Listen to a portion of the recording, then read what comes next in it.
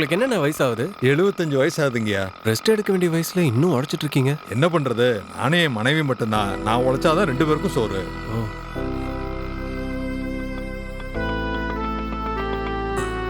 தம்பி ஒரு 2 நிமிஷத்துல வந்துடுறேன். ஓகேங்க.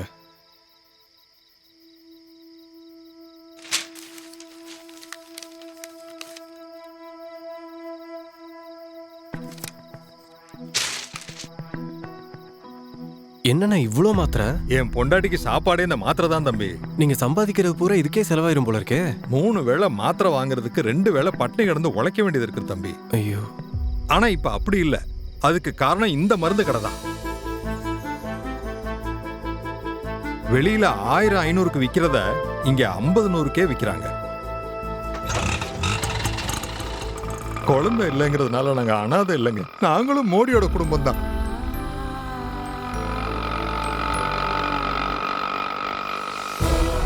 வளர்ச்சியும் வாய்ப்புகளும் தொடர தமிழும் தமிழகமும் தலை நிமிர மோடியின் கேரண்டி இருக்கு. இனி பயம் எதற்கு? பெரியவர்களே, தாய்மார்களே, சகோதர சகோதரிகளே, உங்கள் அனைவருக்கும் மாலை வணக்கத்தை தெரிவித்துக் கொண்டு ஏப்ரல் 19ஆம் தேதி அன்று நடைபெற இருக்கின்ற பாராளுமன்ற தேர்தலில் நாமெல்லாம் தாமரைக்கு வாக்களிக்க வேண்டும். தாமரை சின்னத்திற்கு நீங்கள் எல்லாம் வாக்களிக்க வேண்டும்.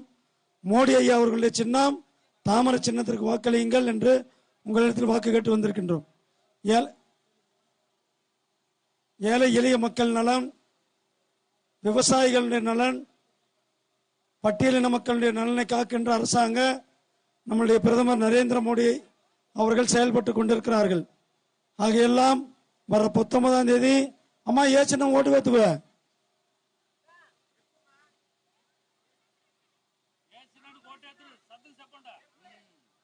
தாமரைக்கு தாமரைக்கு அக்கா தாமரைக்கு ஓட்டு வாங்கல. 3வது இடம் உண்டு, 3வது பட்டனு அந்த போய் ரெட்டில் தொழக்கூடாது. உண்டது தாமரை பூ தான் உண்டு.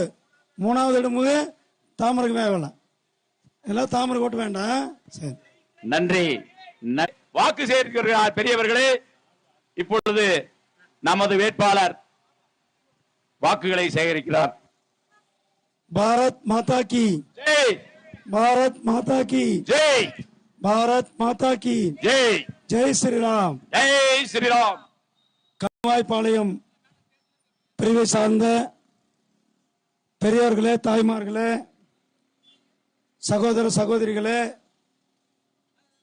உங்கள் அனைவருக்கும் என்னுடைய அன்பு கலந்த வணக்கத்தை தெரிவித்துக் கொண்டு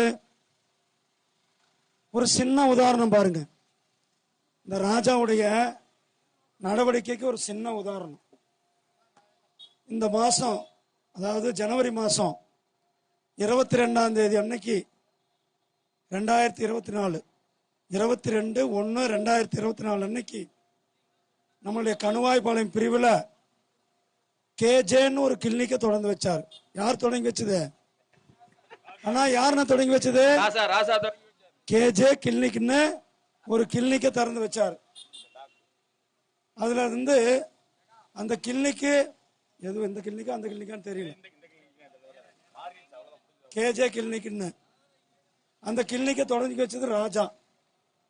எப்படி வந்து பிராடுக்காரன் பித்தலாட்டுக்காரனுக்கு கூட்டா வாங்கன்னு ஒரு உதாரணம். அது போலி டாக்டர், 3 டாக்டர் போலி டாக்டர். அது எங்கேயோ தஞ்சாவூர் சைட்ல இருந்து புதுக்கோட்டை சைட்ல இருந்து இங்க வந்து போலி டாக்டரா இருந்திருக்கிறாங்க. அந்த போலி டாக்டர்கள் நடத்துற ஒரு மருத்துவமனையை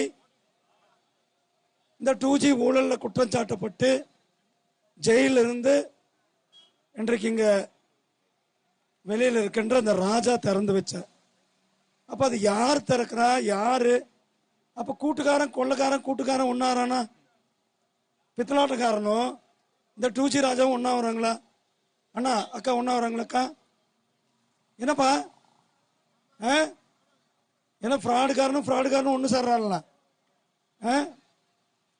ஃப்ராடுக்காரனும் ஒன்று சேர்ந்து 22ஆம் தேதி அன்னைக்கு கேஜேன்னு தொடங்கி வச்ச அந்த கிளினிக்ல 3 போலி டாக்டர் காவல்துறை நேற்றைக்கு கைது செய்திருக்கிறார்கள். மனிதர்களுடைய மக்களுடைய உயிர்ல விளையாடி கொண்டிருக்கின்ற அந்த போலி டாக்டர்கள். படிக்காமையே ஊசி போடுறான். அப்ப நம்ம அண்ணன் வந்து போய் நல்ல டாக்டர் நம்பி போறார். அண்ணன் பேர் என்னன்னா? ஏழுமலை ஐயப்பண்ண. சரி, நல்ல டாக்டர் நம்பி போறார்.